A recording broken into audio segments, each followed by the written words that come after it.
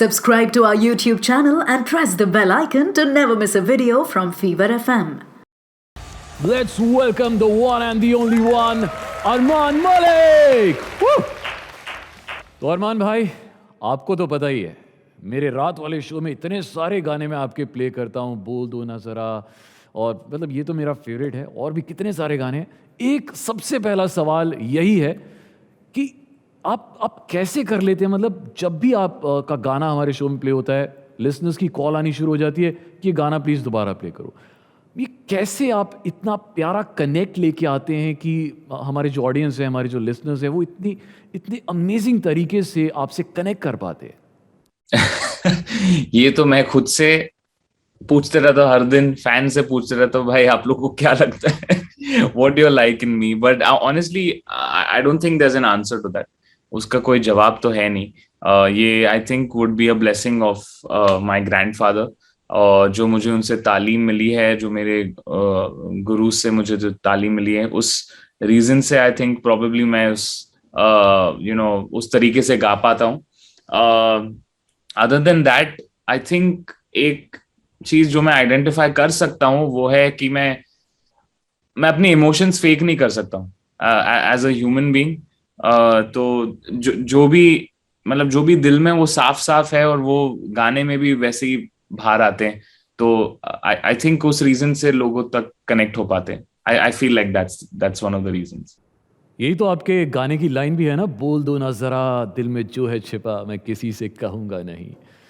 Well वैसे music आपकी पूरी फैमिली में बसा हुआ है, आप एक म्यूज़िकल फैमिली से बिलोंग करते हैं, but at the same time Armaan, आपके लिए इस इंडस्ट्री में आना was not a cakewalk. आपने बहुत सारे रियलिटी शोज़ में भी पार्टिसिपेट किया है। तो ये ऐसा नहीं था कि आप अचानक से ही बस उठे और आ गए इंडस्ट्री में। तो आपने बहुत मेहनत की है, एंड अमेजिंग इट इज़ आपकी जो जर्नी रही है। इस जर्नी के दौरान आप ये बताइए, कौन सा ऐसा मोमेंट था, कौन सा ऐसा टाइम था when you were like really low, और आपको लग रहा था यहाँ से बाउंस बैक करना बहुत मुश्किल है, but you did it?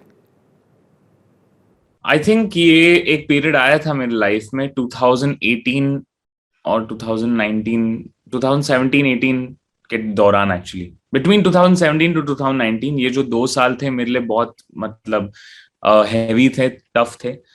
Things were not going in the right directions. काफी गानों में से मुझे रिप्लेस भी किया जा रहा था। सो मैं खुद को सोच रहा था, यार क्या हो रहा है, मतलब मैंने कुछ गलत कर दिया, क्या मैं अच्छे से गा नहीं पा रहा हूँ या क्या है। वो सेल्फ डाउट वाले जोन में चला गया था मैं। और वो काफी होता है हम सबके साथ, सब आर्टिस्ट के साथ, सब लोगों के साथ, हर एक फील्ड में, कि when things don't go right you feel the fault is with you, when actually the fault is external, it's not with you. वो जो दो साल थे, it was a little low for me. तो मैंने मतलब जो फर्स्ट हाफ था उस पीरियड का, I couldn't get myself to understand क्या हो रहा है। एंड सेकेंड हाफ तक मुझे रियलाइज हो कि यार इतना सोच के कुछ होने नहीं वाला है, it's better to kind of like distance yourself.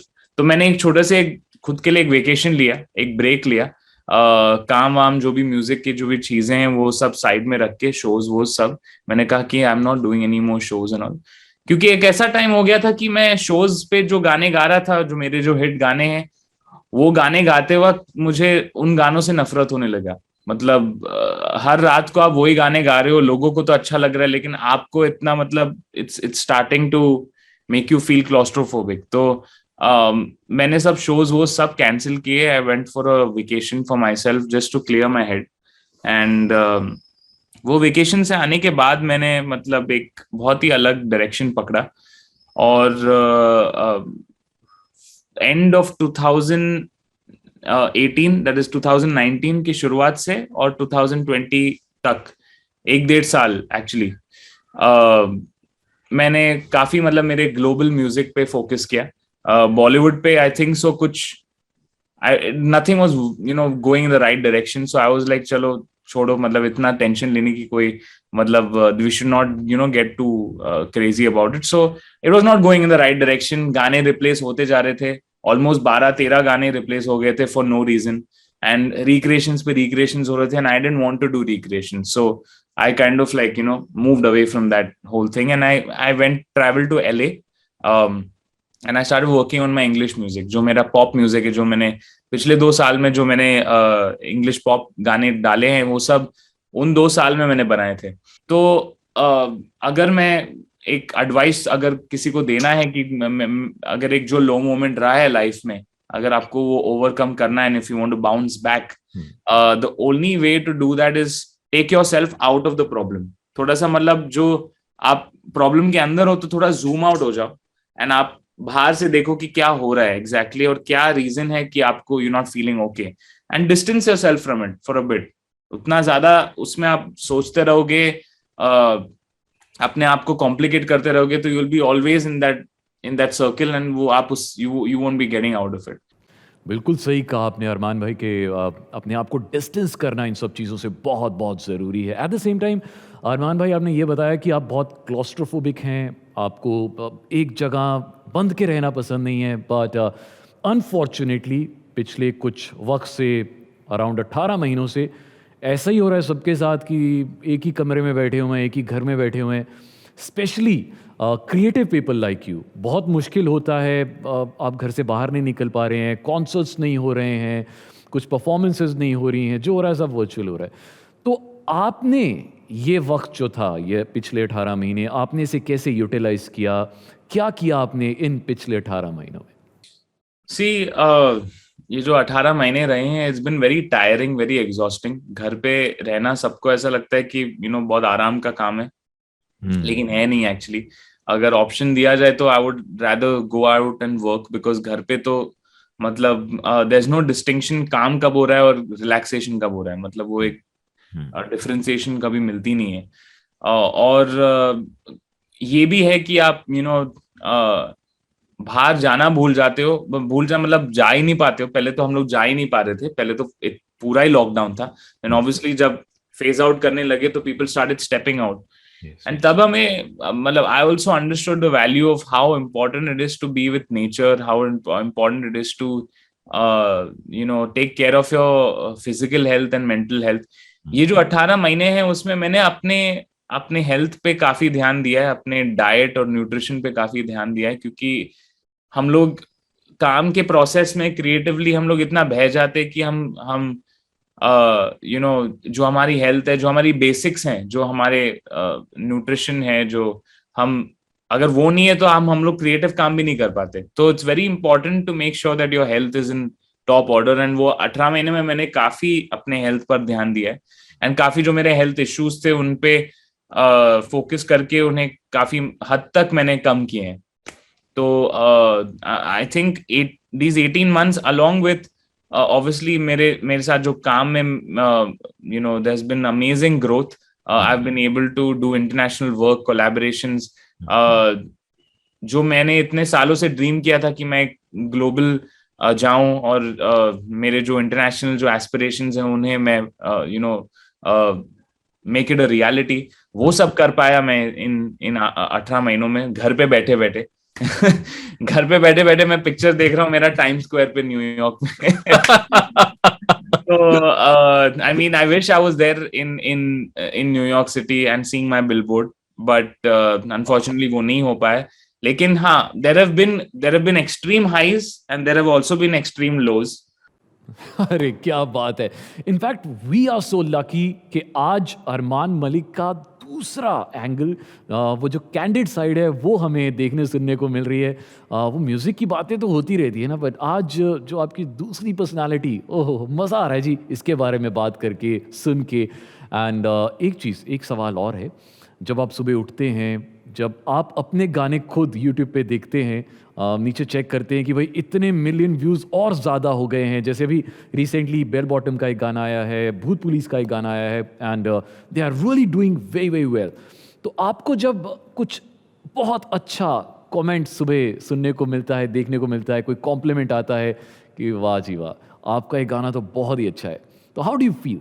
मतलब इतने सालों में इतने सारे कॉम्प्लीमेंट्स मुझे मिले हैं, तो कभी कभी लगता है कि यार लोग सच बोल रहे हैं या मुझे सब मतलब खुश रखने के लिए कुछ कह रहे हैं, क्या है. लेकिन आई थिंक मुझ में एक सेंस है कि मैं समझ पाता हूँ कि लोग जेन्युइनली गानों को जो म्यूजिक को उतना वो प्यार दे रहे हैं। एंड जो भी गाने हमने रिलीज किए, तुम आओगे also has touched lot of peoples hearts.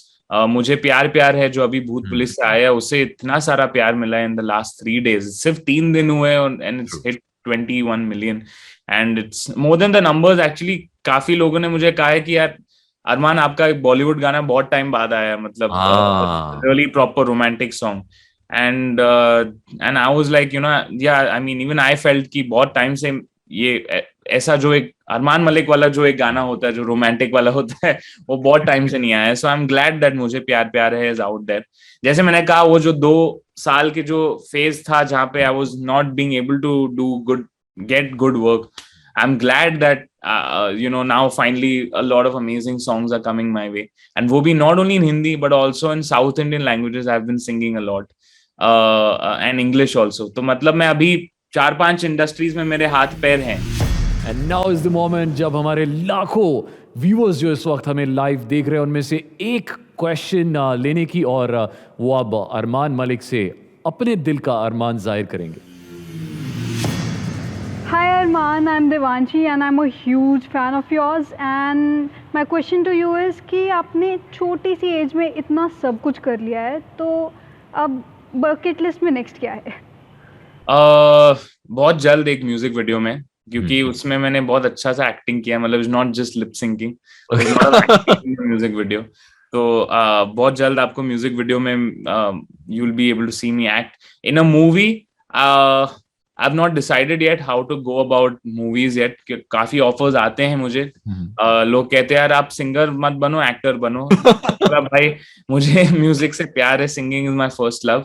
लेकिन एक्टिंग अगर एक इंटरेस्टिंग ऑफर आता है which makes sense to me and कहीं म्यूजिक से जुड़ा हो अगर वो स्क्रिप्ट या story, I think that would make sense for me. But before we sign off Armaan, लाखों दिलों के अरमान टूट जाएंगे if I don't ask you to sing a song. तो कोई भी गाना जो इस वक्त आपका दिल कर रहा हो सुना दीजिए। देखा करूं तुम्हें देखा करूं, अज जी भर के तुम्हें देखा करूं, मेरी जान ओ मेरी जान। कहता रहूं मैं कहता रहूं, सारी उम्र भर मैं तुम्हें कहता रहूं, मेरी जान ओ मेरी जान।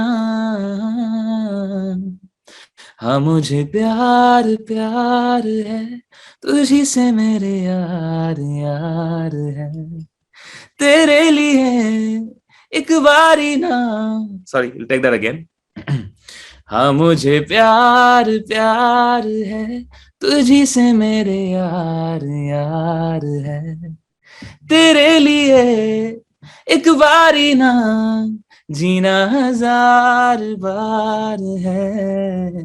हाँ मुझे प्यार प्यार है, तुझी से मेरे यार यार है, तेरे लिए एक बारी ना, जीना 1000 बार है।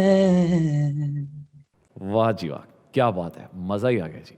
Thank you very much Armaan, it was lovely lovely talking to you. Specially जो आपने अभी अपनी बाउंस बैक स्टोरी बताई ना, मैं कह रहा हूँ कि जितने भी लाखों लोग जो आज हमें देख रहे हैं सुन रहे हैं, बहुत ज़्यादा मोटिवेटेड फील करेंगे और अपनी लाइफ में वो लेसन ज़रूर लेके आएंगे, and they will certainly bounce back. Thank you very much Armaan for being with us.